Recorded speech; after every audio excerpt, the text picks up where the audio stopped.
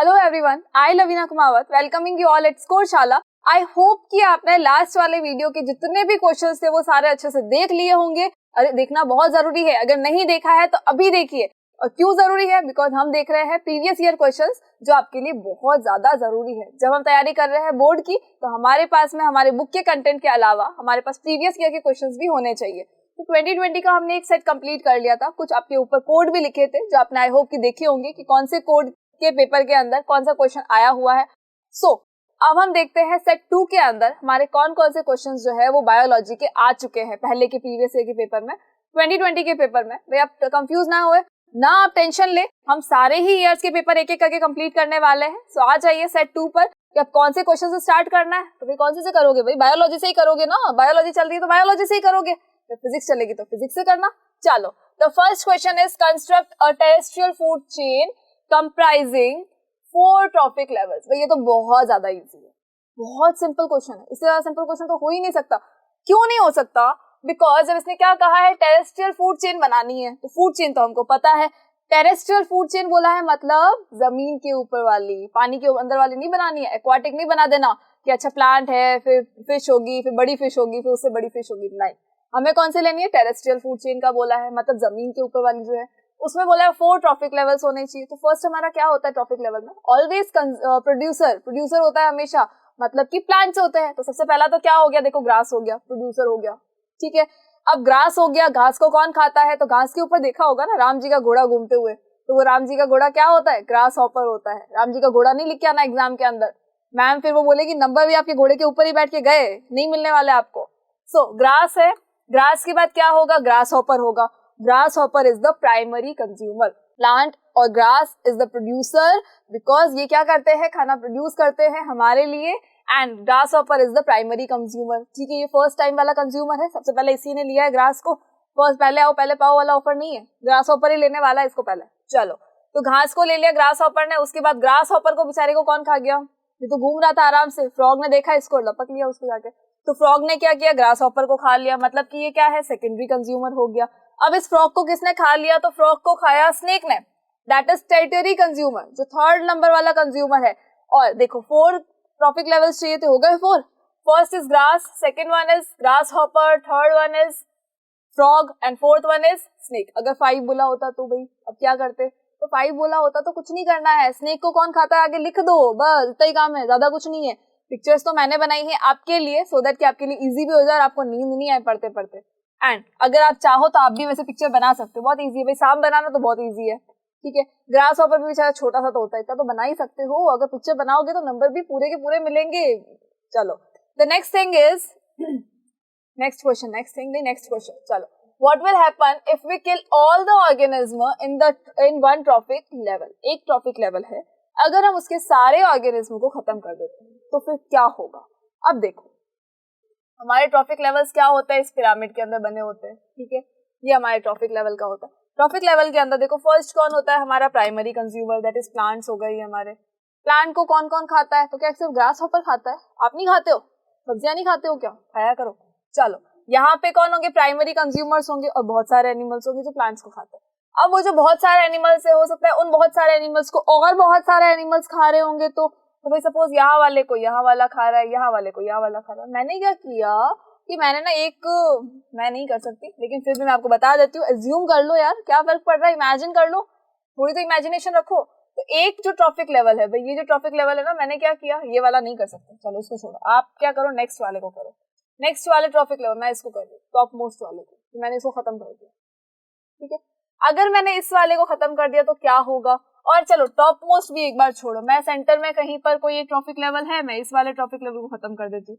अगर मैंने इस ट्रॉफिक लेवल के सारे एनिमल्स को खत्म कर दिया, सारे के सारे ऑर्गेनिज्मों को खत्म कर दिया, जितने भी एनिमल्स है, जितनी भी स्पीशीज, सबको खत्म कर दिया, तो क्या होगा? क्या इनको खाना मिलेगा?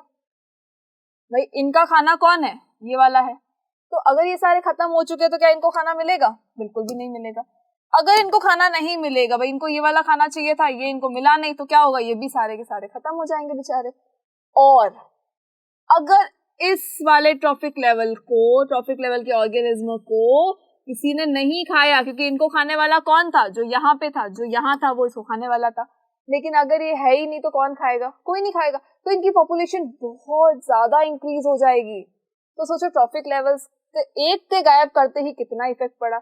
इसलिए गायब नहीं हो सकते, बहुत सारे ऑर्गेनिज्म है, वैसे हम गायब इनको नहीं कर सकते। लेकिन अगर बाय चांस किसी रीजन से ऐसा हो जाए कि एक ट्रॉफिक लेवल के सारे ऑर्गेनिज्मों को अगर आप खत्म कर देते हो, तो दो ही चीजें होगी, उससे ऊपर वाले जो है वो सर्वाइव नहीं कर पाएंगे बिकॉज उनको फूड नहीं मिलेगा, और नीचे वालों की पॉपुलेशन बहुत ज्यादा बढ़ जाएगी बिकॉज उनके मजे हो जाएंगे, कोई खाने वाला है ही नहीं उनको।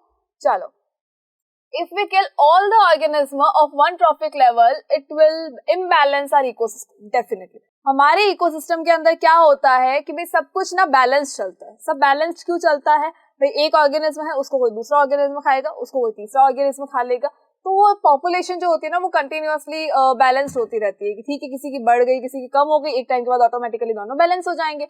लेकिन अगर एक टॉपिक लेवल के ऑर्गेनिज्म को हम खत्म कर देते हैं तो क्या होगा? तो होगा कुछ नहीं, सिर्फ इम्बैलेंस हो जाएगा। किसमें? इकोसिस्टम के अंदर। As every trophic level is independent on each other, they are interdependent. सारे के सारे ट्रॉफिक लेवल्स जो होते हैं वो एक दूसरे के ऊपर डिपेंडेंट है, तो हम उसके अंदर कोई भी हेराफेरी नहीं कर सकते। For example, in a food chain, एक फूड चेन के अंदर grass is eaten by a buffalo. घास जो होती है वो एक बफेलो ने खा ली, वे घास को खा लिया बफेलो ने, and buffalo is eaten by a lion. Buffalo को किसने खाया? लायन ने खा लिया।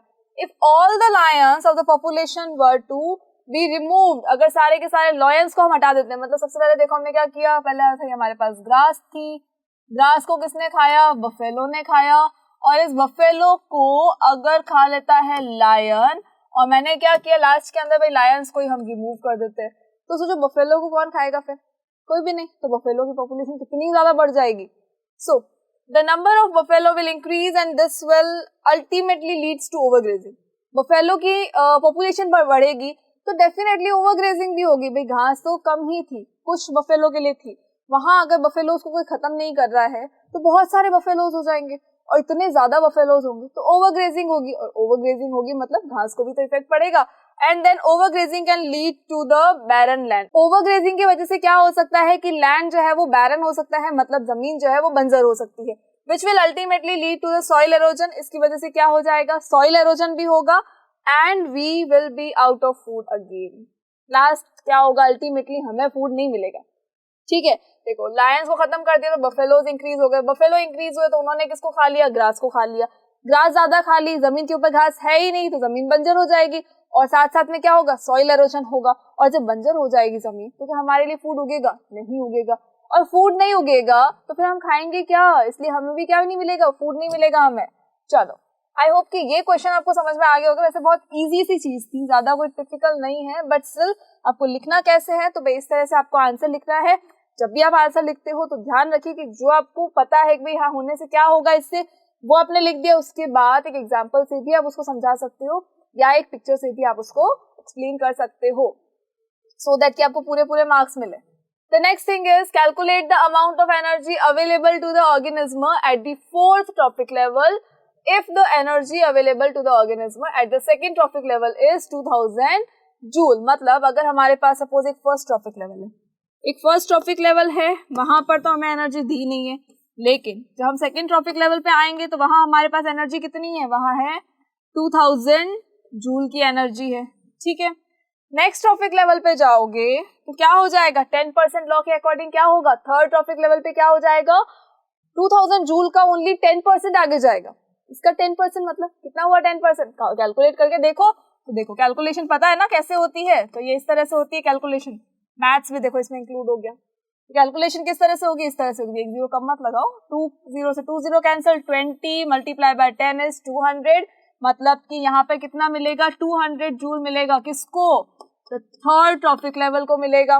नेक्स्ट आ जाओ फोर्थ पे, फोर्थ को कितना मिलेगा? तो अगेन देखो 10% लॉ लगाओ, क्योंकि हमेशा जैसे ट्रॉफिक लेवल से आगे एनर्जी ट्रांसफर होती है तो ओनली 10% एनर्जी ट्रांसफर होती है, 90% तो रिलीज हो जाती है। सो 200 का फिर देखो 10% फाइंड आउट करो, 200 का 10% कितना होता है? 0 0 कैंसिल, 2 मल्टीप्लाई बाय 10 इज 20। तो ओनली आपको जो आगे मिलेगी फोर्थ लेवल पे जो एनर्जी मिलेगी वो कितनी मिलेगी? 20 जूल मिलेगी, उससे ज्यादा एनर्जी नहीं मिल सकती। तो देखो किस तरह से आपको आंसर लिखना है, तो इसी तरह से लिखना है, जो हमने एरो एरो बना के करा है ना वैसे ही आंसर लिखना, ज्यादा यूं मतलब खिचड़ी टाइप में नहीं करना है कि ठीक है हम थ्योरी हम लिखे जा रहे हैं। थ्योरी लिखोगे तो मार्क्स नहीं मिलेंगे बेटा, बायोलॉजी है, सिर्फ अगर वर्ड्स लिखते जाओगे, पिक्चर्स नहीं होगी, थोड़ा सा सिस्टमेटिक काम नहीं होगा तो मार्क्स नहीं मिलते हैं बोर्ड एग्जाम्स में। लेकिन आपको किस तरह से करना है, इस तरह से आपको आंसर लिखना है कि भाई सेकंड ट्रॉफिक लेवल का हमें गिवन था, उसके बाद हमने क्या बोला, थर्ड ट्रॉफिक लेवल का फाइंड आउट करो, बिकॉज 10% लॉस से 200 जूल हो गया, अगेन 10% लॉ लगेगा और उससे क्या हो जाएगा 20 जूल, कहाँ, फोर्थ लेवल पे, तो फोर्थ लेवल का ही तो हमें पूछा गया था। ठीक है, चलिए आई होप कि ये आपको क्लियर है। द नेक्स्ट थिंग इज, भाई और को नहीं भूलना, यहाँ जो और लगा होता है ना, इसको बहुत ध्यान रखना कि अगर ये आपको क्वेश्चन नहीं आता ना, कोई दिक्कत नहीं है, नेक्स्ट वाला कंप्लीट कर लो। चलो, the next question is complete the following table, इस टेबल को कंप्लीट करना है। यहाँ क्या लिखा है, देखो ऑक्सीजन, यहाँ क्या लिखा है ओजोन, ऑक्सीजन के बाद में लिखा है ओजोन, ठीक है भाई ये हो गया। अब यहाँ क्या लिखा है फॉर्मूला, तो भाई ऑक्सीजन का फॉर्मूला तो बहुत इजी है, इतना तो बहुत इजी, इतने सिंपल क्वेश्चंस आते हैं। ऑक्सीजन का फॉर्मूला होता है O2, ओजोन का क्या होता है O3 होता है, ये कंप्लीट है आपका, यहाँ देखने की भी जरूरत नहीं है, यहीं से कर लो।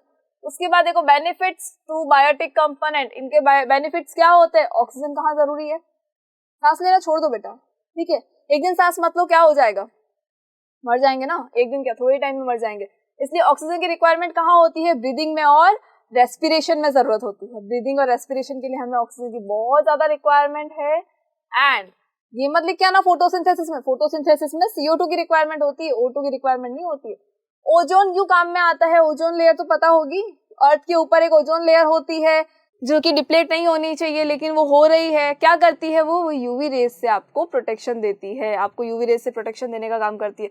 सो it absorbs harmful ultra violet या यूवी रेडिएशंस, या हार्मफुल यूवी रेडिएशंस को एब्जॉर्ब कर लेती है और आपको प्रोटेक्शन देती है, सो दैट कि आप बचे रहे।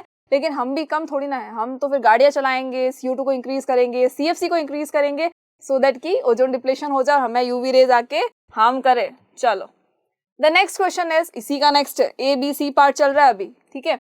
How is ozone formed at the higher levels of atmosphere, atmosphere के अंदर जब आप हायर लेवल पे जाते हो तो ओजोन का फॉर्मेशन किस तरह से होता है, तो भी हमें पता है कि ओजोन क्या है, O3 है, ठीक है। अब इस ओजोन का फॉर्मेशन किस तरह से होगा, तो जो ऑक्सीजन है, जैसे ही आप ऊपर जाते हो तो क्या होगा, यूवी रेज जो है वो क्या करेगी, ऑक्सीजन पे अटैक करेगी और उसको स्प्लिट कर देगी, स्प्लिट करके ये देखो O+O में कन्वर्ट हो जाएगा। नेक्स्ट जो ऑक्सीजन होगी वहां जो और ऑक्सीजन प्रेजेंट है कि ठीक है तूने मेरे फ्रेंड को तोड़ा ना, तो मैं इसी को कंबाइन करके और स्ट्रॉन्ग बन जाता हूँ और फिर मैं तुझे ही हार्म करूंगा। तो इसने क्या किया, इसने अपने एक O को लिया, ज्वाइन हो गया, ज्वाइन होके क्या कर दिया, O3 बन गया, O3 बन गई, क्या बनते ही क्या हो गया, ओजोन बन गया, और ओजोन बना, इसका मतलब क्या हुआ, अब यूवी रेस की खैर नहीं है भाई, इसने इसके फ्रेंड को तोड़ा था ना, तो यूवी रेस की अब खैर नहीं, अब वो क्या करेगा, उसको एब्जॉर्ब करने का काम करेगा। ठीक है, आई होप कि ये चीज आपको क्लियर है, इसमें कहीं डाउट नहीं है।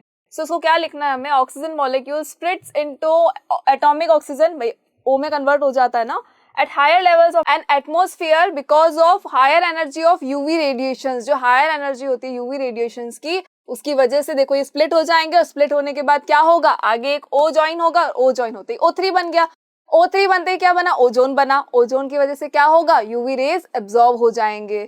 ठीक है, आई होप कि ये आपको क्लियर है। So the next question is, explain giving an example how the following provide evidences in favour of evolution in organism, मतलब आपको ये एक्सप्लेन करना है, एग्जाम्पल के साथ में बताना है कि भाई जो होमोलोगस ऑर्गन्स है या जो हमारे फॉसिल्स होते हैं, क्या ये दोनों एविडेंस देते हैं इवोल्यूशन का, और अगर देते हैं तो कौन सा एविडेंस दे रहे हैं, मतलब देखो how the following provide evidences, कैसे दे रहे हैं एविडेंस इनका, in favour of evolution in organism, organism के अंदर जो इवोल्यूशन हुआ है उसका फेवर किस तरह से कर रहे हैं, ये कौन सा एविडेंस ये दे सकते हैं। तो ये फॉसिल को देख के तो हम बता सकते हैं ना कि ये कहाँ से इवोल्यूट हुआ है, कोई भी ऑर्गेनिज्म जो है वो किस तरह से इवोल्यूट हुआ है। फिर डायनासोर्स को कभी देखा है क्या, नहीं देखा है, फिर भी हमें पता है ना कि डायनासोर्स होते हैं, तो कैसे होते हैं, फॉसिल्स के थ्रू पता है हमें।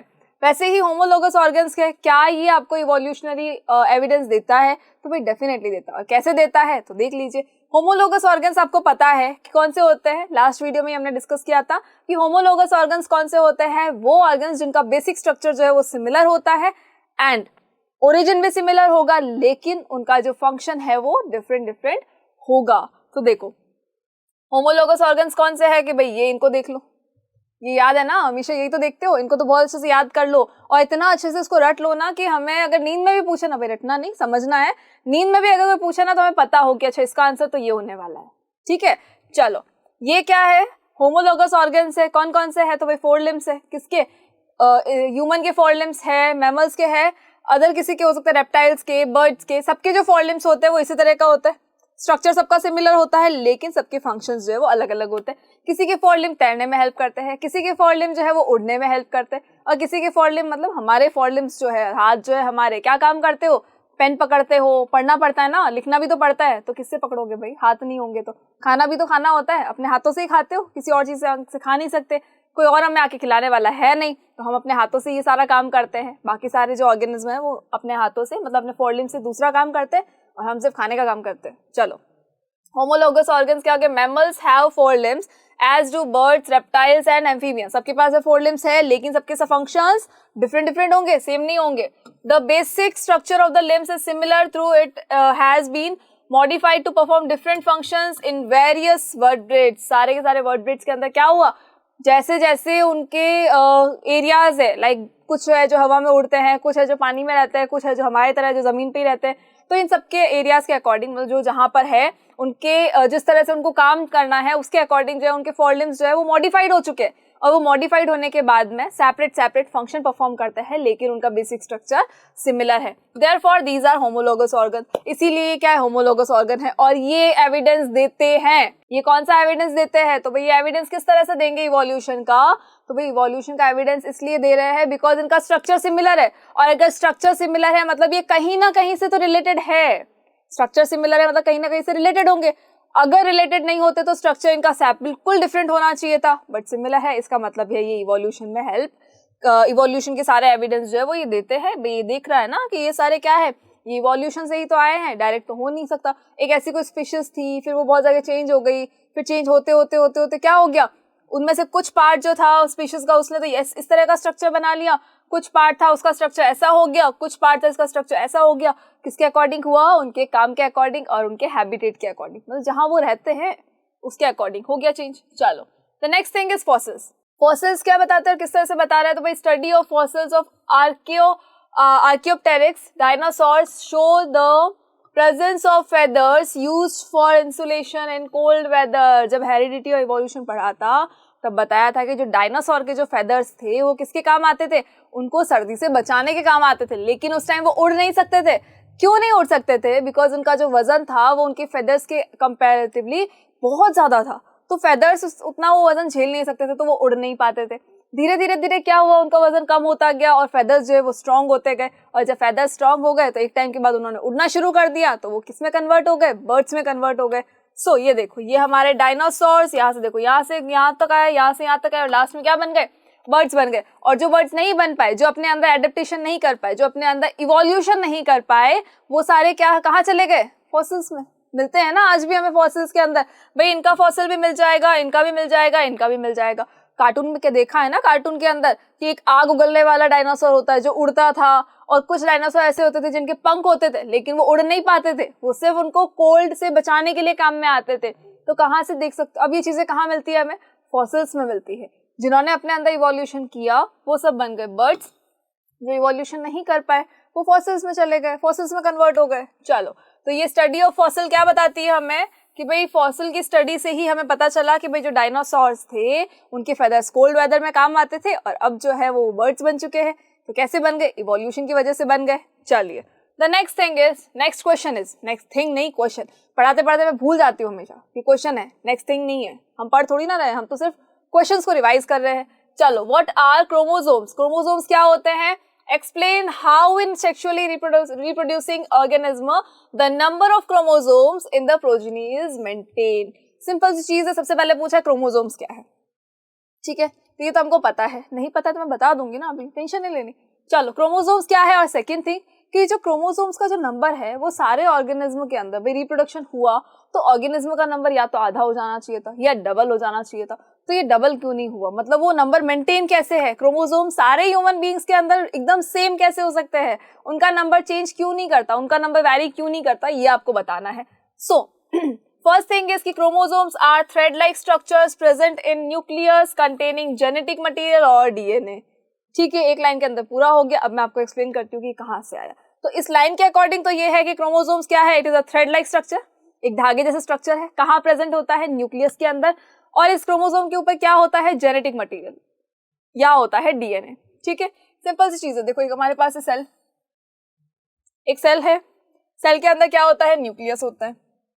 न्यूक्लियस को क्या करना है, हमें थोड़ा सा मैग्नीफाई करना है। अरे लास्ट वीडियो में किया है ना, तो करो, इसको मैग्नीफाई करो। न्यूक्लियस को मैग्नीफाई करोगे तो क्या होगा, एक थ्रेड लाइक इस तरह का ऐसे स्ट्रक्चर मिलेगा हमें, जिसको कि हम बोलते हैं क्रोमेटिन नेटवर्क। उसको हम क्या कहते हैं, क्रोमेटिन नेटवर्क कहते हैं।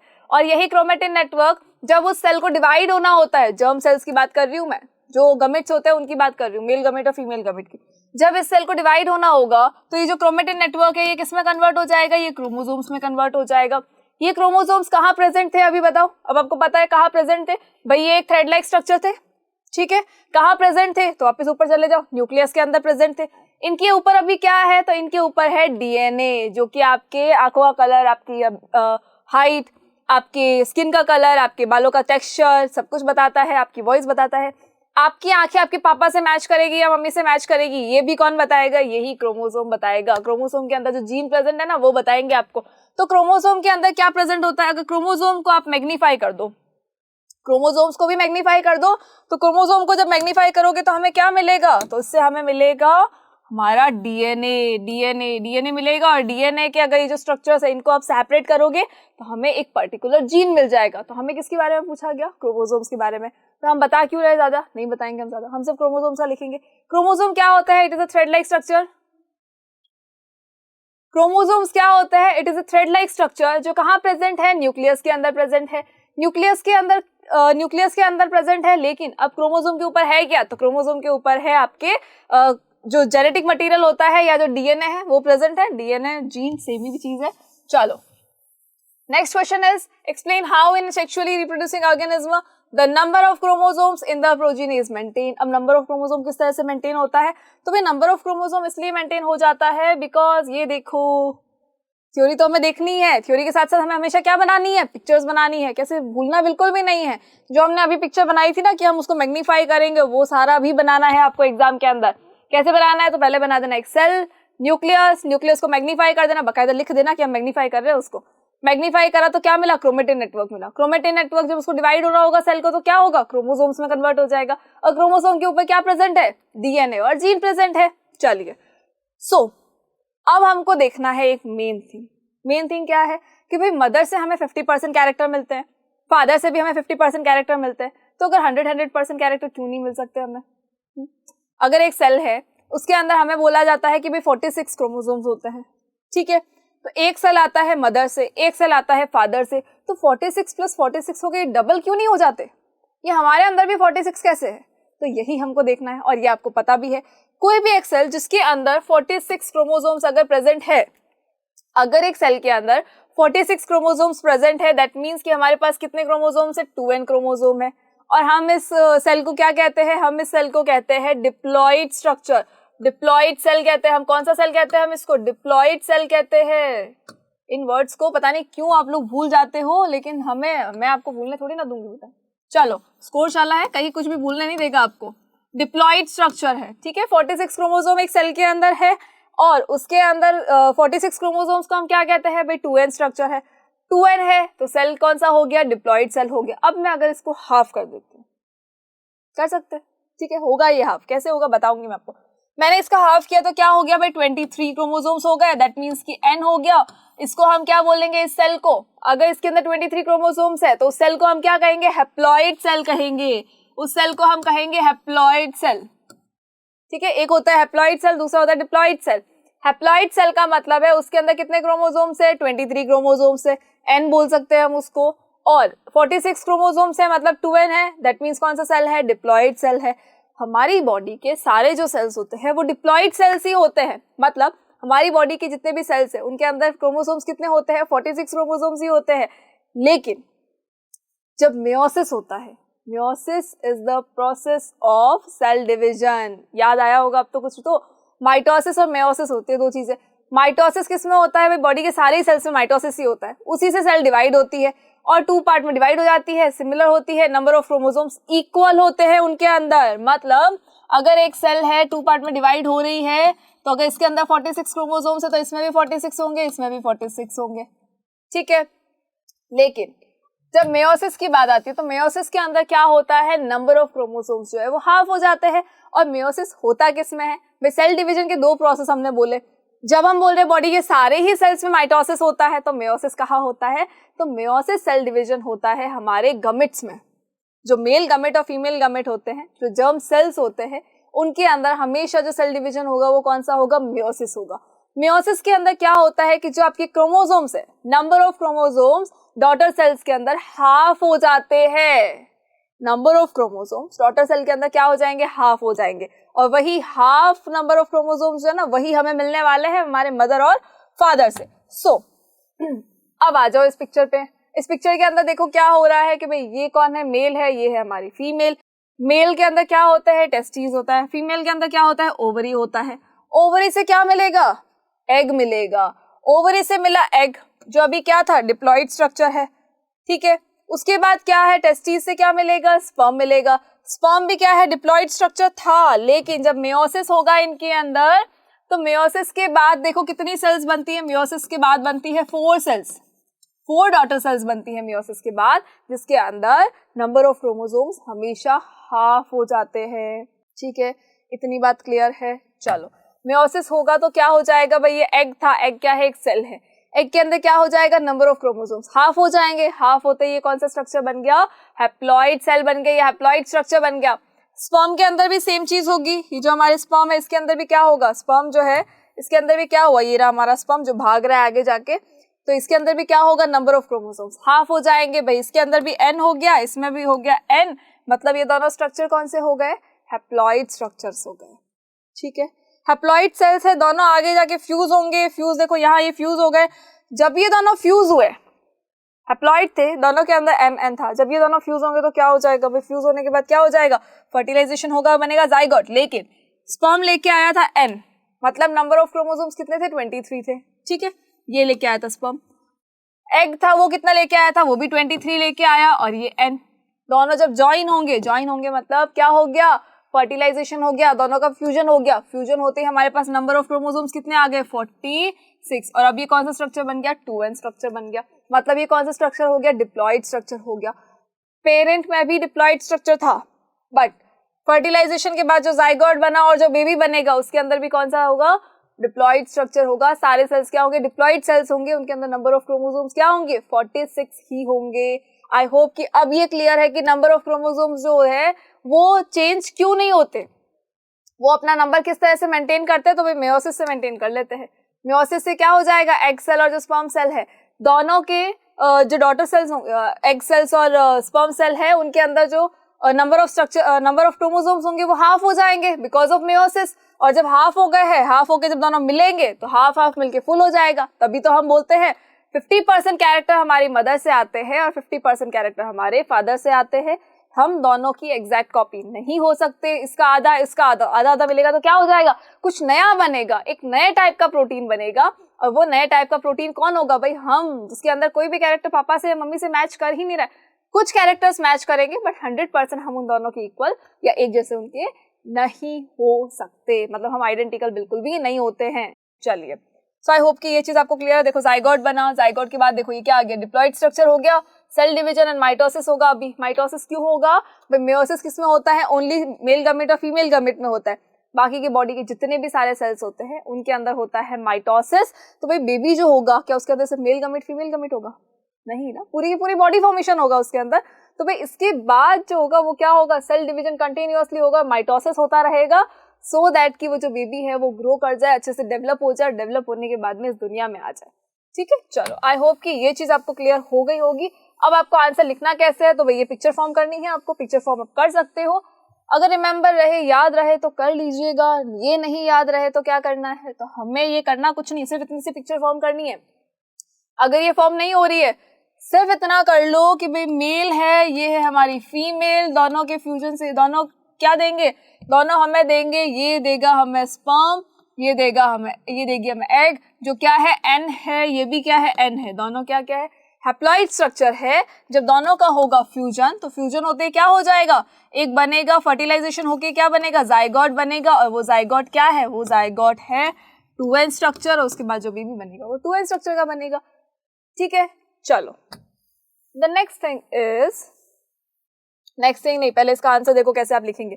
इसका आंसर लिखते ना, आपको क्या लिखना है, थ्योरी क्या लिखेंगे आप इसके अंदर, तो in sexual reproducing organism, sexually reproducing organism जो होते हैं जिनके अंदर सेक्सुअल रिप्रोडक्शन के बाद वो बनते हैं, उन ऑर्गेनिज्म के अंदर क्या होता है, द गमेट्स अंडरगो मेयोसिस। जो गमेट्स होते हैं वो क्या किससे डिवाइड होते हैं, सबसे पहले मेयोसिस के थ्रू वो डिवाइड होते हैं। दैट मीन्स कि नंबर ऑफ क्रोमोसोम क्या हो जाएगा, हाफ हो जाएगा। Hence each gamete contains only half a set of chromosomes, मतलब इनको n मिला only. When two gametes fuse, जब दोनों का फ्यूजन हुआ, the zygote formed contains the full set of chromosomes। उसके बाद जो zygote बनेगा उसके अंदर क्या होगा, full set of chromosomes होंगे, मतलब complete chromosomes है उसके अंदर। Hence the formation of gametes by meiosis helps to maintain the number of chromosomes in the progeny। अब progeny के अंदर जो ये chromosomes का नंबर मेंटेन करने वाला कौन हो गया, तो भाई प्रोसेस कौन सा है, meiosis वाला है। meiosis का प्रोसेस किसमें हेल्प करता है, the formation of gametes, gametes के फॉर्मेशन में हेल्प करता है मेयोसिस। इसीलिए क्या होता है उसके अंदर जो प्रोजेनी बनेगी उसके अंदर नंबर ऑफ क्रोमोसोम्स जो है वो इक्वल रहेगा एज टू द पेरेंट, जो पेरेंट के अंदर है वही रहेगा। इसीलिए सारे ह्यूमन बींग्स जो होते हैं उनके अंदर जितने भी सेल्स हैं, सारे सेल्स में 46 क्रोमोसोम्स ही होते हैं, उससे ज्यादा या उससे कम क्रोमोसोम बिल्कुल भी नहीं हो सकते।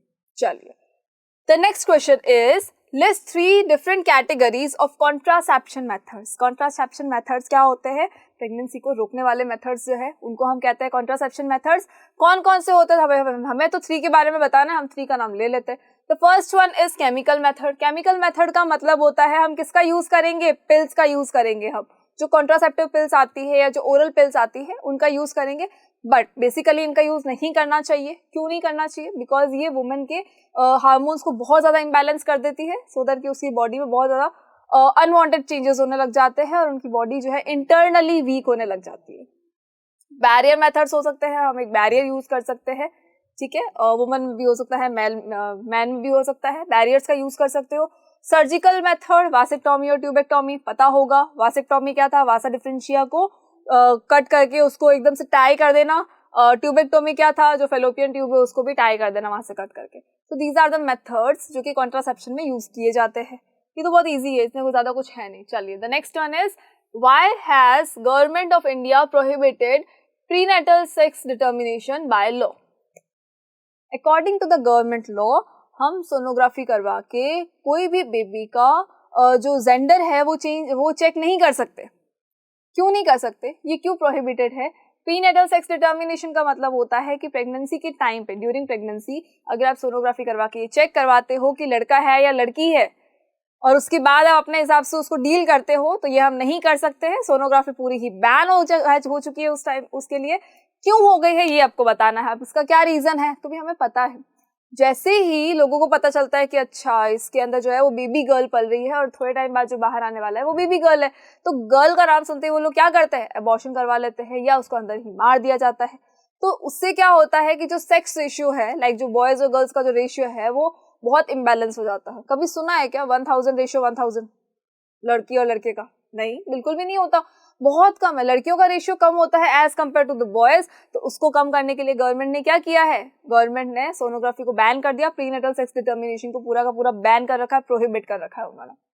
State it's benefits in the long run के अंदर बेनिफिट्स, तो बेनिफिट्स आपको पता है, बहुत ईजी टॉपिक है। तो चलिए, government of India has prohibited prenatal sex determination by law to reduce the indiscrimination और फीमेल फर्टिसाइड। फीमेल फर्टिसाइड का जो इंडिस्क्रिमिनेशन होता है ना, उसको कम करने के लिए किया है गवर्नमेंट ने, सो दैट के लोगों को पता ही नहीं चले कि भैया इनके अंदर कौन सा भ्रूण है, लड़की है क्या, फीटस किसका है, लड़की का है क्या, तो हम उसको खत्म कर दे, अबॉर्शन करवा ले उसका। तो ये कम हो, ये ना हो, इसके लिए गवर्नमेंट ने क्या किया, उसको बैन ही कर दिया, पूरा प्रोहिबिट ही कर दिया है। Because of which the child sex ratio was declining at an alarming rate in some sections of our society. हमारी सोसाइटी के जो कुछ सेक्शंस है जहां पर लड़कियों को बिल्कुल ही वैल्यू नहीं दी जाती है, वहां पर क्या होता है, लड़कों और लड़कियों का जो रेशियो है वो बिल्कुल ही ग्राफ नीचे की तरफ जा रहा है। मतलब अगर लड़कों का अगर हम देखें 1000, तो लड़कियों का अप्रोक्स या तो होगा 800 समथिंग या होगा 900 something. I don't remember because I am not the SST teacher, so 800 और 900 समथिंग है। अब ये रेशियो अकॉर्डिंग टू द एक ओवरऑल अगर देखा जाए तो बहुत कम है। जब ये बहुत कम है तो इसको इक्वल लाने के लिए गवर्नमेंट ने उसको प्रोहिबिट कर दिया है। और इसके प्रोहिबिशन से क्या होगा, लोग जो है वो सोनोग्राफीज नहीं करवा पाएंगे, लोग लड़की के फीटस को मार नहीं पाएंगे, और जब मार नहीं पाएंगे तो हो सकता है कि एक टाइम के अंदर जो हमारा बॉयज और गर्ल्स का रेशियो है वो 1000 रेशियो 1000 ही हो जाए। पॉसिबिलिटीज है कि दोनों का जो रेशियो है वो इक्वल हो जाए, हो सकता है एक टाइम में हो भी जाएगा। चलिए, सो बेनिफिट्स में आपको क्या लिखना है, maintaining male female sex ratio for a healthy society, healthy society के लिए बहुत ज्यादा जरूरी है। चलो ये देखो, ये तो पता है क्या है भाई, हमें बहुत अच्छे से पता है भाई, लड़कों का रेशियो देखो कितना ज्यादा है और लड़कियों का रेशियो इतना कम है, और अगर एज हम उस पर तराजू पे देखेंगे तो लड़कियां तो पूरी ऊपर ही हो गई है, वैसे भी पापा की परियां है उड़ जाएंगी ना, इसलिए उसको नीचे लेके आओ, तो बराबर होना चाहिए दोनों। चलो यहाँ से अब हम यहाँ अगर आते हैं तो definitely it will be beneficial for us, ये बहुत ज्यादा सही है। जब दोनों का रेशियो इक्वल इक्वल हो जाएगा तो भाई सब हेल्दी सोसाइटी बनेगी। अभी जो सोसाइटी जो इस तरह से है वो ऐसे हो जाएगी, तो क्या खुश नहीं होना चाहते हो क्या, इस लड़कियों को मारना नहीं चाहिए। चलो वैसे भी आज की जनरेशन में नहीं होता है, बट कहीं कहीं जहां हो रहा है उसके लिए इस चीज को बैन कर दिया गया है। The next thing is, next question is, इसी पार्ट है आपके उस क्वेश्चन का, unsafe sexual act can lead to various infections. जो भी अनसेफ सेक्सुअल एक्ट्स होते हैं, जो सेक्सुअल इंटरकोर्स अगर अनसेफ हो रहा है, मतलब कोई प्रोटेक्शन अगर नहीं ले रहे हो, तो क्या हो सकता है, बहुत सारे इन्फेक्शंस हो सकते हैं। कौन कौन से इन्फेक्शन है भाई, एड्स का नाम तो सबने सुना है, एड्स का नाम तो कहीं हम भूल ही नहीं सकते, सबसे पहले वही नाम हमारे दिमाग में आता है, क्योंकि बाकी के नाम हमें याद नहीं रहते ना, बहुत कॉम्प्लिकेटेड नाम होता है। Name 2 bacterial and 2 viral infections caused due to unsafe sex. ठीक है, पहले ये जब पढ़ाया था उस टाइम पे पूरा बता रखा आपको कि कौन कौन सी डिजीज होती है, कैसे कैसे इन्फेक्शंस होते हैं, किस तरह से ये फैल जाते हैं। अभी आपको क्या करना, ओनली बैक्टीरियल और वायरल जो डिजीज है उनके नाम बताने हैं, तो उनके सिर्फ नाम ही बताने और कुछ नहीं। फर्स्ट बैक्टीरियल इन्फेक्शन कौन कौन से होता है, गोनोरिया और सिफिलिस होता है। गोनोरिया, सिफिलिस नाम याद होगा आपको, नहीं है तो याद कर लो अभी। चलो, वायरल इन्फेक्शन से क्या क्या हो सकता है, वार्ड्स हो सकते हैं और एड्स हो सकता है। एड्स तो बिल्कुल भूल ही नहीं सकता। HIV वायरस होता है ना, HIV वायरस ही तो बोलते हो आप उसको, HIV क्या है, वायरस है, तो ये एक तो याद कर ही लो, और एक के साथ साथ 3 और कर लोगे तो क्या फर्क पड़ेगा भाई। चलो, ये और तो बिल्कुल नहीं भूलना, जहां ये और आ जाए उसको कंफ्यूज नहीं होना। थक गए क्या, अभी बता दो एनर्जी कहाँ पहुंची है आपकी, इस लेवल पे आ गई है या अभी भी यही है, यही रखनी है, क्योंकि मैं अभी और पढ़ाने वाली हूँ, मेरी एनर्जी तो अभी भी यहीं पे है, इसका मतलब मैं आगे पढ़ाने वाली हूँ आपको, और जाना कहीं नहीं है, सारे के सारे क्वेश्चन देख के उसके बाद जाना। चलो, अगर यहाँ पे हो तो जल्दी से जूस पी के आओ, चाय वाय पी के आ जाओ, जल्दी से खाना वाना खा के आओ और एनर्जी लेवल ले आओ अपना इस तक, ठीक है, यहाँ तक पूरा फुल करके आओ। चलो, the next question is, next is the मतलब कि जो और वाला जो पार्ट था हमारा, अगर वो क्वेश्चंस याद नहीं रहे ना आपको, अगर बैक्टीरियल और वायरल इन्फेक्शन अगर याद नहीं हो तो बेचारे बच्चे फिर ये तो कर ही सकते हैं। चलो, in the female reproductive system of human beings state the functions of ovary and oviduct। जो फीमेल रिप्रोडक्टिव सिस्टम था वो तो याद ही होगा, सारे के सारे सिस्टम आपको समझा रखे हैं। तो जो फीमेल रिप्रोडक्टिव सिस्टम है उसमें से आपको बताना है कि भाई ओवरी और ओविडक्ट का फंक्शन क्या होता है, ओवरी का फंक्शन क्या होगा और ओविडक्ट का फंक्शन क्या होगा। सो ओवरी क्या करती है भाई, ओवरी हमें पता है क्या होती है, तो ओवरी जो है ये हमारी अगर यूट्रस है, यूट्रस के ऊपर ये क्या है, हमारी फेलोपियन ट्यूब है, फेलोपियन ट्यूब के बाद यहाँ पे क्या था, ये हमारी थी ओवरीज। जो ओवरीज है फीमेल के अंदर, वो ओवरीज क्या करती है, तो इनके अंदर हमेशा क्या होता है, एग्स प्रोड्यूस होता है। तो ये क्या है, प्रोडक्शन हाउस है, किसका, एग्स का प्रोडक्शन हाउस है। अगर एग नहीं बनेगा बच्चों तो क्या होगा, एग के साथ में स्पर्म जो है वो मिल ही नहीं पाएगा भाई, एग नहीं होगा तो स्पर्म भी खत्म हो जाएगा, और फर्टिलाइजेशन नहीं होगा तो रिप्रोडक्शन भी नहीं होगा। सो ओवरीज के अंदर क्या होता है, एग्स का प्रोडक्शन होता है, that means ovaries are the production house of eggs. So ovaries का फर्स्ट काम क्या हो गया, production of female germ cell और एग। ठीक है, सेकेंड थिंग क्या होती है कि ये एक और चीज का सेक्रेशन करती है या प्रोडक्शन करती है, किसका करती है, हार्मोन्स का। हार्मोन्स जो हमारी बॉडी में बहुत ज्यादा इंपॉर्टेंट रोल प्ले करते हैं। सो हार्मोन्स का भी प्रोडक्शन करती है, ये हार्मोन्स का भी प्रोडक्शन हाउस है। कौन सा है, प्रोडक्शन ऑफ हार्मोन, कौन सा हार्मोन, 2 हार्मोन सेक्रेट करती है, ये 2 हार्मोन का प्रोडक्शन करेगी, estrogen and progesterone, estrogen and progesterone. Estrogen तो बेसिकली ये रेगुलरली करती है सेक्रेट, लेकिन प्रोजेस्टेरॉन कब होता है, प्रोजेस्टेरॉन का प्रोडक्शन और सेक्रेशन कब होता है, जब प्रेगनेंसी आती है। पी से पी आपको याद करवाया था, प्रेगनेंसी के टाइम पे प्रोजेस्टेरॉन भी फीमेल की बॉडी में से प्रोड्यूस होना शुरू हो जाता है और सेक्रेट भी होता है। कहाँ प्रोड्यूस होता है, तो ओवरीज के अंदर प्रोड्यूस होता है। एक हार्मोन जो रेगुलर प्रोड्यूस हो रहा है वो कौन सा है, एस्ट्रोजन है। ठीक है, चलिए, आई होप कि ये चीज आपको क्लियर है। द ओविडक्ट, ओविडक्ट का मतलब क्या था, वो जो फेलोपियन ट्यूब्स थी ना उनको हम कहते हैं ओविडक्ट। ये क्या करती है, ये साइट ऑफ फर्टिलाइजेशन है। ओविडक्ट के अंदर ही होता है फर्टिलाइजेशन, मतलब ये जो ओवरीज थी ये तो एग दे देगी, एग देने के बाद ये कहाँ जाएगा, ओविडक्ट में जाएगा, और वहां ओविडक्ट से क्या हो जाएगा, ये चला जाएगा यूट्रस में। लेकिन जब एग यहाँ से यहाँ आया तो यहीं पे ये जो साइट है ना, दिख रही है ना आपको, ये जो ओविडक्ट या फैलोपियन ट्यूब है उसी के अंदर यहाँ फर्टिलाइजेशन होगा, मतलब ये साइट ऑफ फर्टिलाइजेशन है। अगर यहाँ से आगे चला गया एग तो उसके बाद फर्टिलाइजेशन नहीं होने वाला है। सो ओविडक्ट क्या है, साइट फॉर फर्टिलाइजेशन। ठीक है, चलिए the next is mention the changes which the uterus undergoes when it has to receive a zygote और नो फर्टिलाइजेशन टेक्स प्लेस। ठीक है, अब देखो जैसे हमने क्या कहा कि जो ओवरीज है वो क्या कर रही है, एग को प्रोड्यूस कर रही है। ओविडक्ट क्या करेगा, ओविडक्ट देगा साइट किसके लिए, फर्टिलाइजेशन के लिए। अगर फर्टिलाइजेशन हो जाता है, फर्टिलाइजेशन अगर हो जाता है और जाइगोट बन जाता है तो यूट्रस जो है वो क्या करेगा, जाइगोट को रिसीव करेगा। अब उसके अंदर क्या चेंजेस होंगे, और अगर फर्टिलाइजेशन नहीं होता है, फर्टिलाइजेशन नहीं होगा तो एग तो वहां पर है ही, उस एग का क्या होगा वो भी आपको बताना है। तो चलिए बता दीजिए फटाफट से कि यूट्रस के अंदर क्या क्या चेंजेस होंगे। तो मैं आपको एक बार बता देती हूँ कि यूट्रस में क्या चेंज होगा। तो भाई यूट्रस जो है देखो यहाँ ये हमारी है ओवरीज, ओवरीज के अंदर देखो यहाँ पे एग बनेगा और वो एग कहाँ चला जाएगा, वो एग जाएगा इस तरफ आपकी फैलोपियन ट्यूब के अंदर, मतलब ओविडक्ट के अंदर। ये ओविडक्ट का जो यहाँ वाला पोर्शन है, मतलब ये ओविडक्ट जो है वो साइड देगा किसके लिए, फर्टिलाइजेशन के लिए। तो यहाँ पर क्या हो जाएगा, फर्टिलाइजेशन। अगर फर्टिलाइजेशन नहीं होता है तो क्या होगा यूट्रस में, और अगर फर्टिलाइजेशन हो जाता है तो क्या होगा यूट्रस में। भाई जब ओवरी जो है, जब ये ओवरी एक एग को रिलीज करती है, ओवरी जब एक एग को रिलीज करेगी तो भाई ये यूट्रस जो है ना ये वेट नहीं करेगा कि अच्छा फर्टिलाइजेशन हो गया, जाइगोट आ रहा है, अब मैं अपने आप को प्रिपेयर करूं। तो भाई मेहमान अगर आने वाले होते हैं तो क्या वेट करते हो क्या कि भाई ठीक है आने तो कोई बात नहीं, खाना वाना तो बाद में देखेंगे। अरे बाद में नहीं देखेंगे, मम्मियाँ पहले से तैयारी करवा के रखती है हमसे। चलो तो ये भी क्या करेगा, अपनी तैयारी पहले से करके रखेगा। क्यों रखेगा भाई, जाइगोट अगर आता है बाई चांस तो उसको तो सब कुछ देना पड़ेगा, कैसे देगा जब होगा ही नहीं। तो ये पहले से अपने प्री प्लान रहेगा, और आपको भी हर चीज के लिए प्री प्लान रहना है। ये मत सोचना कि हम लास्ट मोमेंट पे पढ़ लेंगे, अभी पढ़ना है सब कुछ। चलो तो ओवरी के अंदर से जब एग आया तो भाई यहाँ आ गया एग, ठीक है, इसका फर्टिलाइजेशन सपोज हो गया, ठीक है। जब इसने एग को प्रोड्यूस करके इसको दिया है ना, उसी टाइम पे ये यूट्रस जो है ना अपने आप को प्रिपेयर कर लेगा। और यूट्रस के अंदर क्या होगी प्रिपरेशन, तो यूट्रस के अंदर ये जो वॉल है ना ये थिक हो जाएगी। यूट्रस की ये जो वॉल है ये थिक हो जाएगी, और ये रेड रेड क्यों दिख रही है थिक वॉल, बिकॉज यहाँ पर ब्लड सप्लाई बहुत ज्यादा बढ़ जाएगा। यहाँ पर ब्लड सप्लाई एकदम से बढ़ जाएगी ज्यादा, और यूट्रस की वॉल जो है ना वो थिक हो जाएगी। थिक मतलब एकदम सॉफ्ट सॉफ्ट बन जाएगी, क्योंकि जब जाइगोट आएगा, भाई जाइगोट जब ये आएगा तो जाइगोट यहीं पे इम्प्लांट होगा।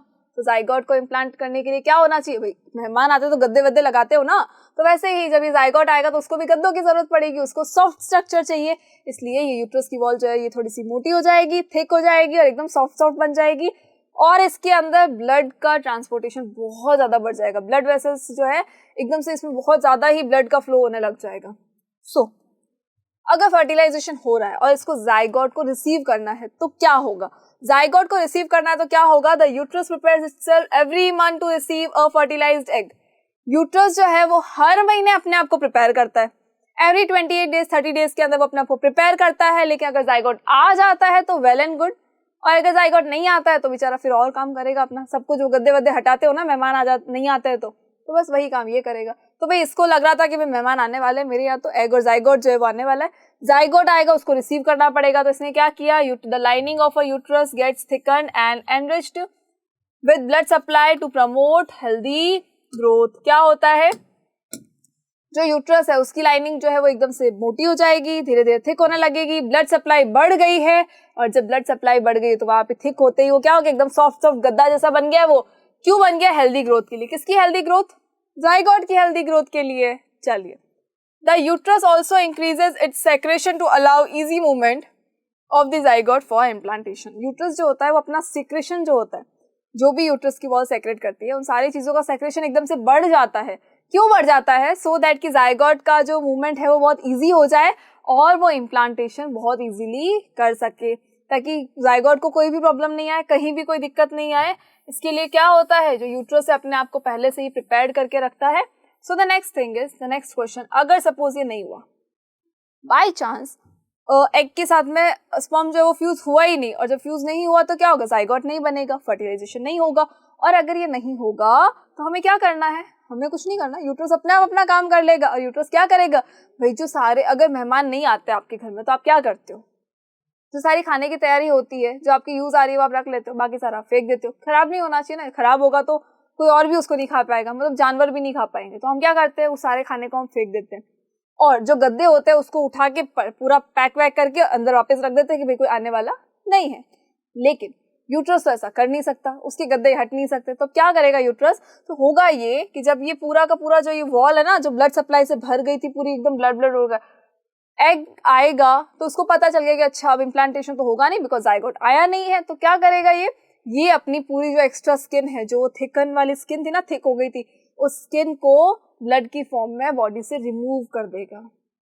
ब्लड की फॉर्म में क्यों करेगा, बिकॉज ब्लड सप्लाई ज्यादा थी तो वहां पे ब्लड ऑलरेडी इकट्ठा हो रखा है, तो उस ब्लड के साथ में वो उसको रिमूव कर देगा। उसी के साथ में एग भी बाहर आ जाएगा और अपनी बॉडी में से ही सबको रिमूव करेगा, उसको शेड आउट कर देगा, पूरी स्किन को वो शेड कर देगा।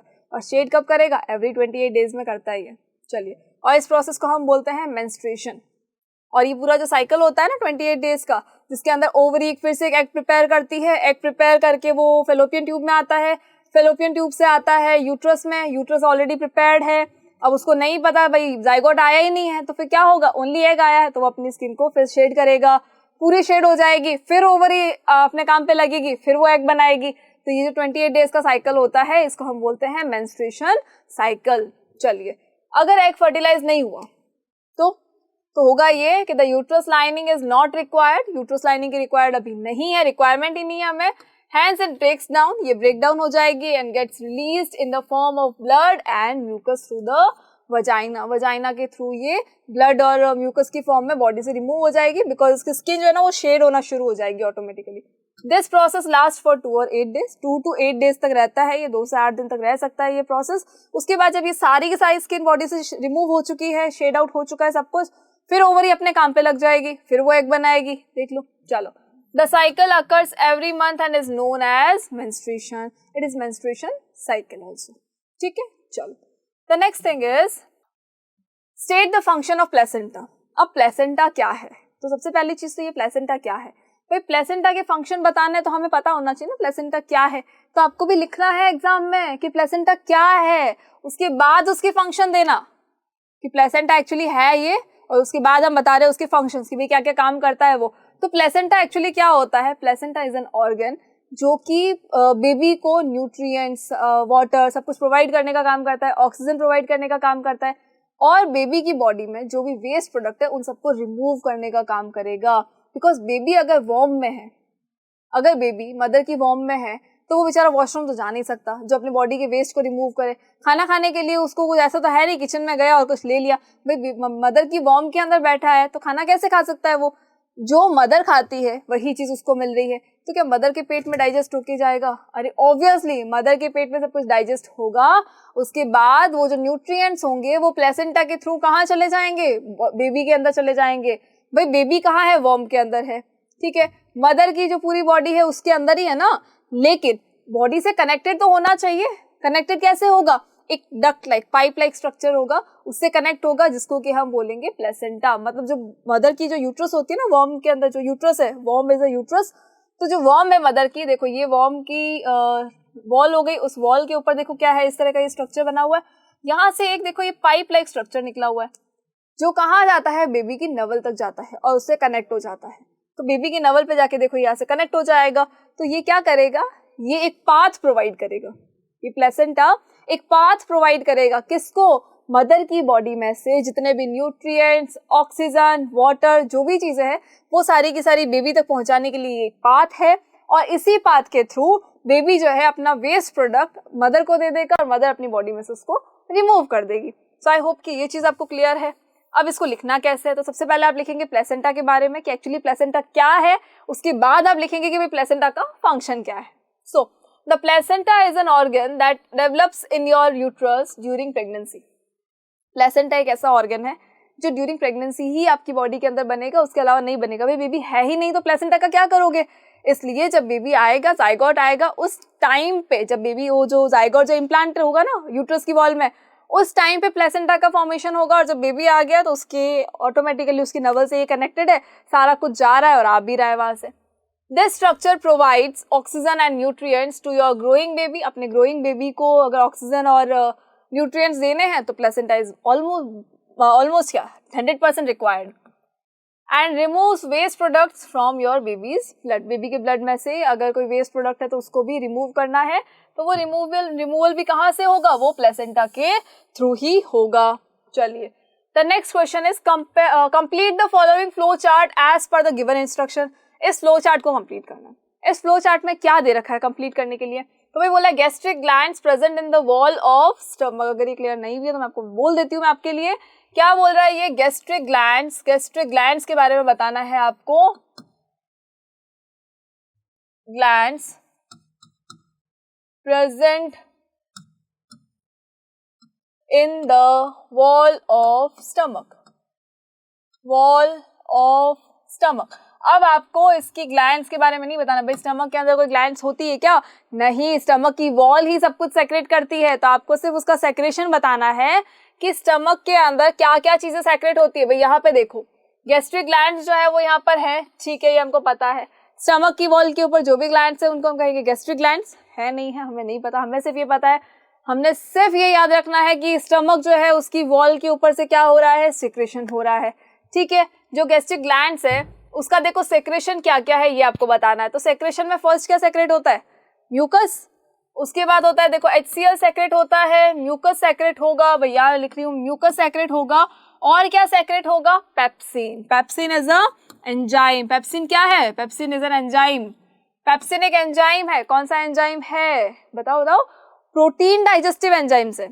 पेप्सिन क्या है, प्रोटीन डाइजेस्टिव एंजाइम से। तो नाम से पता चल गया होगा कि ये प्रोटीन का डाइजेशन करता है। चलिए, अब लिखना है नेक्स्ट में क्या लिखना है, देखो यहाँ पर लिखना है फंक्शंस।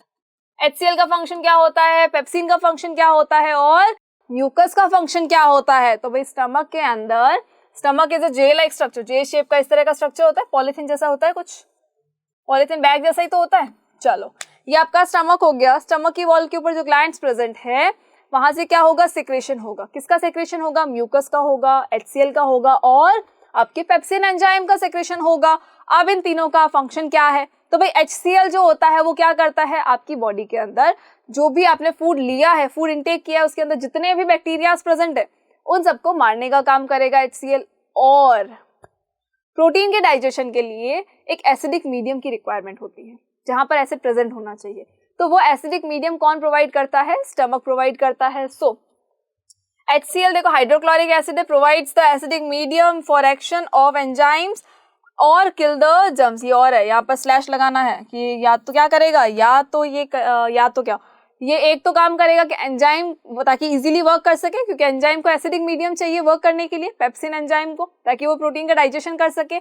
और ये जर्म्स को मारने का काम करेगा जो कि आपने फूड इंटेक करते टाइम पे इंटेक कर लिया है, जितने भी बैक्टीरिया, जितने भी जर्म्स आपने इंटेक कर लिए उन सबको मारने का काम करेगा। नाउ म्यूकस और पेप्सिन, पेप्सिन तो आपको पता चल ही गया है, डाइजेस्ट प्रोटीन्स।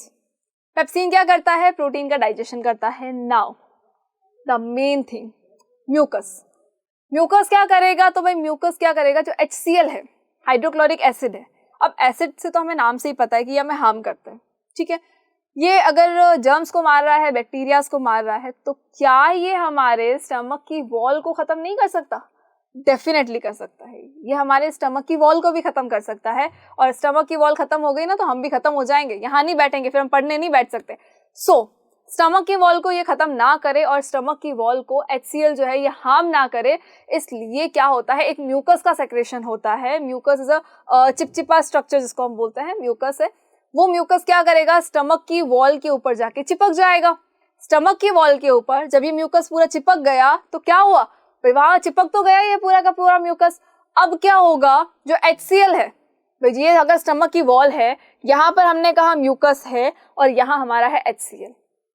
क्या HCl हमारे स्टमक की वॉल से मिल पाएगा, बिल्कुल भी नहीं मिल पाएगा, बिकॉज बीच में गार्ड बन के कौन खड़ा हो गया, म्यूकस खड़ा हो गया है। तो जब वो दोनों मिल ही नहीं पाएंगे तो HCl हमारे स्टमक की वॉल को खत्म कैसे करेगा या उसको नुकसान कैसे पहुंचाएगा। इसलिए mucus is the most important thing.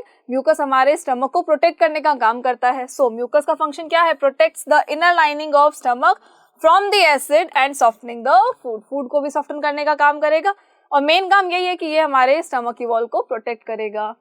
The next question is what are fossils? Fossils क्या है? Describe 2 methods of determining the age of fossil. Now fossil क्या है और हम फॉसिल की एज को कैसे डिटरमाइन कर सकते हैं, वो मेथड्स के बारे में बताना है। सो फॉसिल हमें पता है क्या है, जैसे हमें डायनासोर के बारे में पता चला है, हम उस चीज़ को कैसे भूल सकते हैं? तो डायनासोर के बारे में कैसे पता चला भाई? जब खुदाई हुई, कंटिन्यूअसली खुदाई हो रही थी, तो एक पत्थर के ऊपर ना हमें ऐसे लगा कि अच्छा ये स्ट्रक्चर बना हुआ है, मतलब ये कहीं ना कहीं रिलेट हो रहा होगा। ऐसे बहुत सारे हमें स्ट्रक्चर्स मिले, पत्थर के ऊपर मिले, पूरे जमीन में जो सॉइल थी बिछी हुई थी नीचे उनके ऊपर मिले। तो वहाँ जो पत्थर ही पत्थर है ना, जमीन में जितना खोदोगे ना तो नीचे आपको बहुत सारे क्या मिलेंगे? पत्थर ही मिलेंगे। उसके ऊपर क्या मिले हमें? फॉसिल्स मिले। कुछ ऐसा स्ट्रक्चर बना हुआ मिला जिसकी वजह से हमें पता चला कि अच्छा डायनासोर्स भी प्रेजेंट थे, ठीक है। और जो हिस्ट्री के अंदर जो मोहनजोदड़ो और हड़प्पा की सभ्यता के बारे में पढ़ते हो, तो वो जो सभ्यता है, वो जो पूरा कल्चर है, वो कैसे पता चला आपको? तो वो भी हमें इसी फॉसिल की वजह से ही पता चलता है। या ऐसी कोई चीज फॉसिल से भी पता चल सकता है, या खुदाई के टाइम ऐसी कोई चीजें मिली हो जिसको कि हम देख के बताते हैं कि अच्छा वो मैग्नीफाइंग ग्लास से देखते हैं यूं करके, अच्छा ये तो इतना पुराना है, मतलब उस टाइम पे भी ये चीज प्रेजेंट थी। The same thing is here कि फॉसिल क्या होते हैं भाई? एक हुआ क्या, सपोज है ना, जब अर्थ थी उस टाइम पे कुछ भूकंप आया या कुछ भी ऐसा हो गया, ऐसा कोई डिजास्टर हुआ जिसकी वजह से सब मर के ना वहीं जमीन के ऊपर फैल गए। उसके ऊपर क्या आ गई? फिर मिट्टी आ गई, बहुत सारी मिट्टी आ गई। फिर उसके ऊपर हम रहने लग गए, लोग रहने लगे, जानवर रहने लगे। वो जानवर मरे और उसके बाद फिर उसके ऊपर मिट्टी आ गई। उसके बाद फिर कोई और आया, फिर वो मरे, तो वो सब उसके अंदर दब गए और नए लोग रहने लग गए। तो ये जो दबे हैं इतने सारे लोग, तो ये दबने के बाद ये कहाँ चले गए? क्या ये गायब हो जाएंगे? बिल्कुल भी नहीं, ये गायब नहीं हो सकते, क्योंकि हमारी हड्डियां जो होती है वो एकदम से खत्म नहीं हो सकती। और अगर हमारी हड्डियां एकदम से खत्म नहीं हो सकती है तो या तो होगा कि वो हड्डियां जो है वही हमें मिल जाएंगी, या अगर बहुत टाइम हो चुका है तो वो हड्डियों का क्या बन जाएगा? उस पत्थर के ऊपर एक स्ट्रक्चर बन जाएगा, जिस चीज से दबा है ना वैसा ही स्ट्रक्चर। भाई अगर हाथ के ऊपर तो देखना, अगर कोई चीज सपोज यही है, ठीक है, मेरी वॉच है, मैं इसको दबा रही हूँ, प्रेस कर रही हूँ, अगर मैं इसको, तो क्या होगा? अगर मैं इसको थोड़ी देर के लिए प्रेस करके रखूंगी तो यहाँ पर ना निशान बन जाएगा उसका, ठीक है। तो वही निशान उन पत्थरों पे बन गए जिसको कि आज हम कहते हैं फॉसिल्स। चलिए, fossils are an impression of organism that lived in the remote past. Fossil provide the evidence that the present animal has originated from previously existing ones through the process of continuous evolution. Fossil क्या बताता है हमें कि भी continuous evolution चल रहा है, इसलिए जो प्री एग्जिस्टिंग ऑर्गेनिज्म थे उसी से हम आए हैं, या हम आज की डेट में जितनी भी स्पीशीज है सारी की सारी प्री एग्जिस्टिंग ऑर्गेनिज्म या प्री एग्जिस्टिंग स्पीशीज से ही आई है। कौन बताता है? ये फॉसिल्स बताते हैं। और फॉसिल्स बेसिकली होते क्या है? खुदाई के टाइम जो आपको निशान मिल जाते हैं ना, इंप्रेशन मिल जाता है किसी ऑर्गेनिज्म का, वही होते हैं आपके फॉसिल्स। सो अब अगर मुझे फॉसिल की एज के बारे में पता करना है तो क्या करना पड़ेगा? भाई एक सिंपल सी चीज है। सपोज एक पहले ये अर्थ थी, अर्थ तो थी, उसके ऊपर मैंने बोला कि भाई हमारे डायनासोर्स आ गए, डायनासोर्स के ऊपर फिर मिट्टी आ गई बहुत सारी, तो भाई ये पूरी मिट्टी आ गई हमारी। इसके ऊपर हॉर्स लाइक स्ट्रक्चर्स आए, हॉर्स लाइक ऑर्गेनिज्म आए, तो भाई हॉर्स लिख देती हूँ मैं, हॉर्स लाइक ऑर्गेनिज्म आ गए। इसके ऊपर फिर क्या आ गई? मिट्टी आ गई। उसके बाद और भी कोई ऑर्गेनिज्म आया, उसके ऊपर मिट्टी आ गई, फिर आ गए हम ह्यूमन बीइंग्स और बहुत सारे ऑर्गेनिज्म। हम क्या ना थोड़े से खुरापाती, भाई हमें दिमाग दिया गया, भगवान ने दिया है दिमाग में, तो क्या हुआ? हमने खोद खोद के क्या करा? भाई ज्यादा खोदा तो पहले हमें ये मिला कि ओहो हमने तो डिस्कवरी कर ली। अब डिस्कवरी करने के बाद भी हम मानेंगे थोड़ी ना, हम तो और खोदेंगे नीचे। तो जब और ज्यादा खोदा तो हमें क्या मिला? तो हमें मिला ये हॉर्स लाइक स्ट्रक्चर का कुछ निशान या इंप्रेशन मिला, या हो सकता है उसकी हड्डियां मिली। फिर हमने और खोदा कि अच्छा इतनी सारी चीजें मिली, मतलब कुछ ना कुछ और होगा नीचे, तो हमने और खोदना शुरू किया, तो हमें क्या मिला? डायनासोर मिले। अब बताओ सबसे पुरानी चीज क्या होगी? डायनासोर होंगे, हॉर्स होंगे, या जो नए ऑर्गेनिज्म थे वो होंगे, या फिर हम होंगे? भाई हम तो सबसे नए हैं क्योंकि हम अभी प्रेजेंट है। उससे पहले वाला कौन था? हमसे पहले वाले कौन थे? तो भाई ये जो ऑर्गेनिज्म थे ये हमसे पहले थे। उससे पहले कौन था? तो उससे पहले ये हॉर्स लाइक स्ट्रक्चर्स थे। उससे भी पहले कौन था? तो डायनासोर्स थे। तो भाई सबसे पुराने कौन हो गए? डायनासोर्स ही हुए ना। तो मतलब जो सबसे ज्यादा नीचे होगा वो उसकी एज सबसे ज्यादा होगी, जो सबसे पहले मिल गया है उसकी एज सबसे कम होगी। एक तरीका तो हुआ हमारा ये। और इसको आप ऐसे भी समझ सकते हो कि अगर हम लेते हैं कॉइन का स्टेक, एक स्टेक ऑफ कॉइन, भाई एक कॉइन रखा, दूसरा कॉइन रखा, तीसरा कॉइन रखा, चौथा कॉइन रखा मैंने। अब अगर मैं वापस उठाना की कोशिश करूँ या उसमें से निकालने की कोशिश करूँ किसी कंटेनर में से, तो पहले मुझे कौन सा कॉइन निकालना पड़ेगा, सबसे ऊपर वाला कॉइन निकालना पड़ेगा, उसके बाद नीचे वाला, उसके बाद नीचे, सबसे लास्ट के अंदर नीचे वाला मिलेगा। तो मैं क्या कंक्लूड करूंगी कि भाई सबसे पहले कौन से कॉइन को रखा गया था, जो सबसे लास्ट में मुझे मिला है। ठीक है, इसका मतलब है सबसे पहले कौन आए थे, डायनासोर्स आए थे। चलिए, सो हम इसकी एज कैसे देखेंगे, तो एक तो तरीका ये वाला हो गया जो हमने अभी देखा। एक तरीका होता है हमारा, कौन सा होता है आपका, होता है कार्बन डेटिंग। कार्बन डेटिंग कौन सा मेथड हो सकता है कि भाई कार्बन के जो आइसोटॉप्स थे उसके अकॉर्डिंग हम बता सकते हैं फॉसिल के अंदर कार्बन के आइसोटॉप्स की क्वांटिटी कितनी है, उसके अकॉर्डिंग हम बता सकते हैं कि कौन सबसे ज्यादा पुराना है और कौन थोड़ा कम पुराना है। सो कार्बन डेटिंग क्या है, the radio carbon dating method detects the ratios of different isotopes of carbon in the fossil. Fossil के अंदर जो कार्बन के आइसोटॉप्स है उनकी डिफरेंट रेशियोज के अकॉर्डिंग हम बता सकते हैं कि कोई भी जो फॉसिल है वो कितना ज्यादा पुराना है या वो कितना ज्यादा नया है। चलिए, रिलेटिव मेथड कौन सा होता है, तो this method estimates the age of the layer of the earth's crust where the fossil is found. ये मेथड क्या एस्टिमेट करता है, the age of layer of the earth's crust, जहां पर फॉसिल हमें मिला है। Fossils in the deeper layer are more ancient than the upper layer of crust.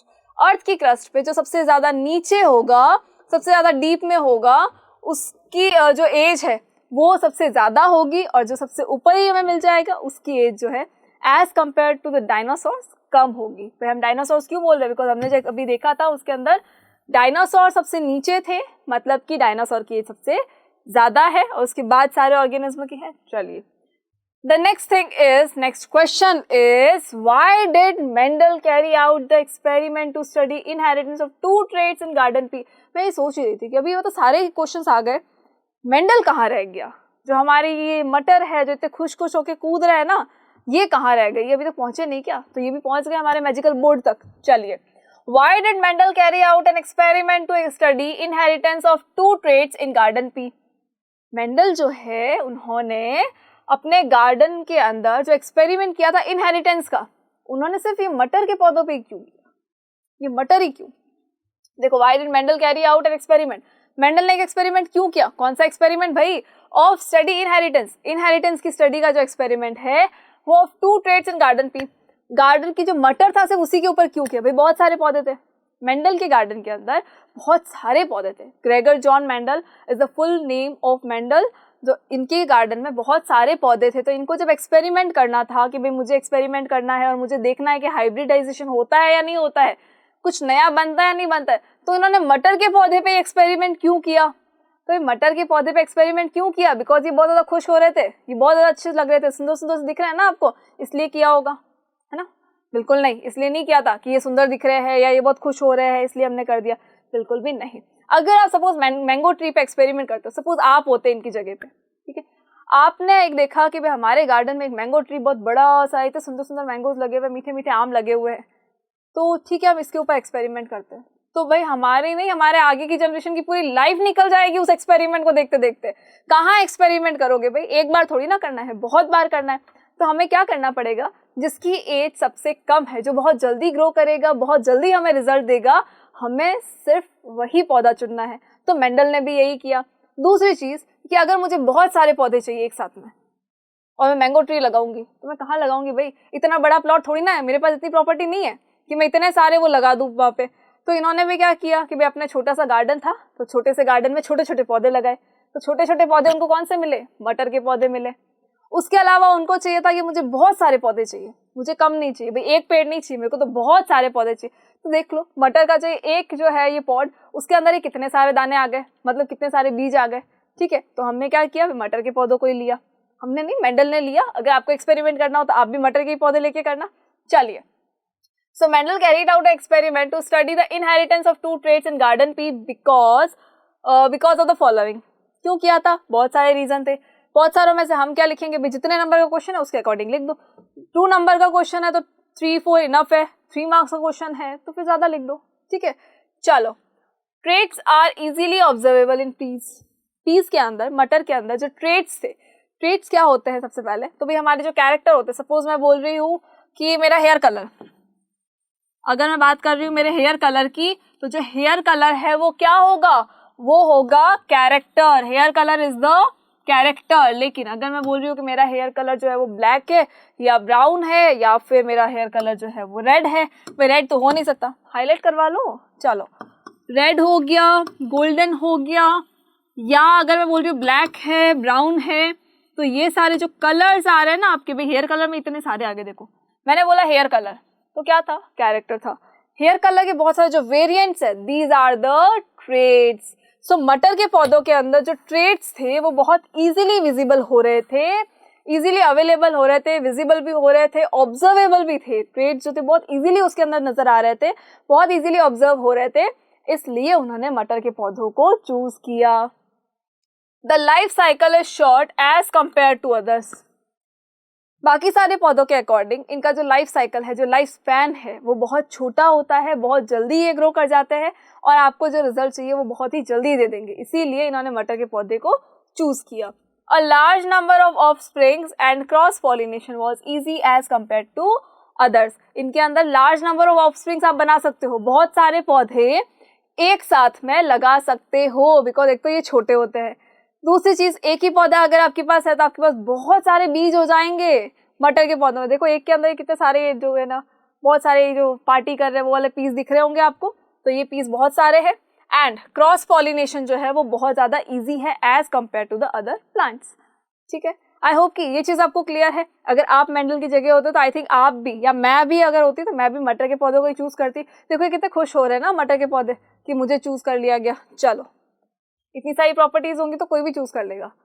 What were his findings with respect to inheritance of traits in F1 और F2 generation? अब आपको ये बताना है कि जो F1 और F2 जनरेशन थी उनके अंदर मेंडल की फाइंडिंग्स क्या थी, मेंडल ने क्या फाइंड आउट किया उनके अंदर। तो all progeny formed are phenotypically dominant but having heterozygous genotypes. जो F1 जनरेशन थी उसके अंदर इन्होंने देखा कि भाई जो जितने भी प्रोजेनीज आई है वो फिनोटिपिकली डोमिनेंट है, फिनोटिपिकली डोमिनेंट है, लेकिन इनके अंदर हेट्रोजाइगस जीनोटाइप है। भाई दो तरह के टाइप्स होते हैं, एक होता है फिनोटाइप, एक होता है फिनोटाइप, दूसरा होता है आपका जीनोटाइप। जीनोटाइप का मतलब होता है कि एक ऐसी प्रोजेनी जिसके अंदर हम जीन्स की बात कर रहे हैं कि जीन क्या होगा, या तो जीन हो सकता है, देखो एक जीन होता है ये, एक जीन होता है ये, एक जीन होता है। अगर हम टॉल और ड्वार्फनेस को देखें तो भाई ये जो है ये भी एक जीनोटाइप है। इसके अंदर कैसा जीनोटाइप है, तो भाई सारे जो पौधे होंगे वो क्या होंगे, ड्वार्फ होंगे, बहुत छोटे छोटे से होंगे। इसका जो जीनोटाइप है इसके अकॉर्डिंग पौधे कैसे होंगे, एकदम से टॉल हो जाएंगे। ये जो जीनोटाइप है इसके अकॉर्डिंग भी पौधे क्या होंगे, टॉल होंगे। लेकिन जीनोटाइप में दोनों है, टॉलनेस वाला भी है और ड्वार्फनेस वाला भी है। जब टॉलनेस और ड्वार्फनेस दोनों वाला है, लेकिन एक शो कौन सा हो रहा है, विजिबल कौन सा हो रहा है, एक्सप्रेस कौन सा हो रहा है, तो टॉल वाला एक्सप्रेस हो रहा है, क्योंकि पौधा तो हमारा टॉल हो गया। तो ये जो जीनोटाइप्स है ये तो इसके अंदर तो चेंजेस हो सकते हैं, दोनों सिमिलर भी हो सकते हैं, दोनों चेंज भी हो सकते हैं। लेकिन जो फिनोटाइप का मतलब होता है कि हम किसी पौधे को देख के क्या चीज को ऑब्जर्व कर पा रहे हैं, क्या हमें वो पौधा छोटा नजर आ रहा है या हमें वो पौधा जो है वो लंबा नजर आ रहा है, वही होता है उसका फिनोटाइप। तो जितने भी पौधे F1 प्रोजेनी में, F1 जनरेशन में मिले, सबका फिनोटाइप सिमिलर था, मतलब देखने में तो सारे के सारे सेम लग रहे हैं कि ठीक है सबके सब सेम ही है। बट जैसे ही उनके जीन्स के बारे में देखा तो पता चला कि नहीं, इनका जीनोटाइप तो डिफरेंट है, फिनोटाइप सेम है लेकिन इनका जीनोटाइप डिफरेंट है। So the next question is, अभी मैं आपको पूरा एक्सपेरिमेंट बताऊंगी। ये नेक्स्ट क्वेश्चन क्या है हमारा, state the ratio obtained in the F2 generation in the above mentioned experiment. ये जो एक्सपेरिमेंट था इसके अंदर आपको ये बताना है कि जो F2 जनरेशन है, F2 जनरेशन में जो रेशियो है वो क्या होगा। रेशियो किसका, भाई सारे पौधों का रेशियो क्या होगा, तो इसका रेशियो होगा 3:1। 3:1 is the ratio of F2 generation. कब होगा ये, जब F1 जनरेशन जो उसमें मोनोहाइब्रिड हुआ है, F2 जनरेशन में भी क्या हुआ है, मोनोहाइब्रिड हुआ है। कैसे हुआ है तो देख लेते हैं, चलो कैसे हुआ है ये। तो देखो पेरेंटल जनरेशन क्या है, ये टॉल है, ये ड्वार्फ है। तो टॉल होगा तो हमने क्या किया, टी लिया, ड्वार्फ होगा तो हमने क्या किया, स्मॉल टी ले लिया। अब जब दोनों के आप चेंज करोगे, लाइक जैसे सपोज टी ले लिया, एक और टी, दोनों को क्या करना है, सेपरेट कर दो एक बार। इन दोनों को हमने सेपरेट किया तो सेपरेट करते क्या हो जाएगा, भाई मैं इस टी को भले दोनों में से किसी से भी मिला लूं तो मुझे क्या मिलेगा, कैपिटल टी स्मॉल टी। ठीक है, इस वाले टी को भले मैं दोनों में से किसी से भी ज्वाइन करवाऊंगी तो मुझे क्या मिलेगा, कैपिटल टी स्मॉल टी। तो सारे ही पौधे कैसे मिले, टॉल मिले, किसमें, F1 जनरेशन में। तो F1 जनरेशन में देखो सारे ही पौधे कैसे मिले, कैपिटल T स्मॉल t, मतलब कि टॉल मिले, बिकॉज डोमिनेंट कौन है, टॉलनेस है। ड्वार्फनेस क्या है, रिसेसिव है। दैट मीन्स कि सारे पौधे कैसे मिले, टॉल मिले। तो देखने को तो लगा कि अच्छा, जब क्रॉस करवाया था कि भाई छोटे और बड़े का क्रॉस करवाया, तो क्रॉस करवाने के बाद लगा कि अच्छा सारे के सारे मुझे टॉल मिले हैं। तो फिनोटाइप सबका सिमिलर हो गया, लेकिन हमें कैसे पता चलेगा कि जीनोटाइप सेम है या नहीं है। तो हम क्या करेंगे, इन्हीं पौधों का, जो हमें टॉल पौधे मिले ना, इन्हीं पौधों का फिर से क्रॉस करवाएंगे। तो जब फिर से इनका क्रॉस करवाओगे तो क्या हो जाएगा, देखो इनका क्रॉस करवा लो, सेपरेट करो T फिर स्मॉल t फिर कैपिटल T स्मॉल t। अब देखो इस T से मिलाया इसको तो T बना, इस T से मिलाया इसको तो स्मॉल t बना, इस वाले T को इससे मिलाया तो कैपिटल T स्मॉल t, और इस वाले T को अगर इससे मिलाया तो कैपिटल T स्मॉल t। ठीक है, यही चीज यहाँ हुई है। देखो क्या हुआ है, ये दोनों का अलग किया, इन दोनों को अलग किया, फिर ज्वाइन करके देखो क्या मिला, कैपिटल T मतलब टॉल बनेगा, capital T small t, tall बनेगा, capital T small t, tall होगा बिकॉज कैपिटल T क्या है, डोमिनेंट है। स्मॉल t का मतलब क्या हो जाएगा, ड्वार्फनेस आ जाएगी, मतलब कि जो पौधा होगा वो शॉर्ट बनेगा, वो छोटा होगा। लेकिन ये सारे पौधे जो है ये लॉन्ग हुए। कितने पौधे लॉन्ग हुए भाई, ये तीनों पौधे जो है वो टॉल बने, तो ये हो गया 3। एक पौधा जो था वो कितना, वो कैसा बना, शॉर्ट बना, तो मतलब हो गया 1, तो 3:1 हो गया। दैट मीन्स देखो यहाँ पे देखो 3:1 अब सही है। तो F2 जनरेशन में जो हमारा जीनोटाइप था, ये जो जीनोटाइप का रेशियो क्या होगा, या F2 जनरेशन के पौधों का रेशियो क्या होगा, 3:1 हो जाएगा। जीनोटाइप नहीं फिनोटाइप, चलो इसका रेशियो क्या होगा, 1 होगा। जैसे ही हमने पौधों को देखा तो हमें लगा अच्छा ये 3 पौधे जो थे वो तो मेरे बन गए हमारे टॉल, एक पौधा जो हुआ वो हो गया शॉर्ट। दैट मीन्स की रेशियो क्या हो गया, 3:1 हो गया। आई होप कि यहाँ तक की चीज आपको पूरी की पूरी क्लियर है। दैट मीन्स कि सारा सेट 2 कंप्लीट हो चुका है, सारे क्वेश्चंस आपने देख लिए हैं, और अब ये सारे क्वेश्चन जो है वो भूलना बिल्कुल भी नहीं है। तो नेक्स्ट वीडियो में हम मिलते हैं सेट 3 के साथ में, तब तक के लिए थैंक यू सो मच।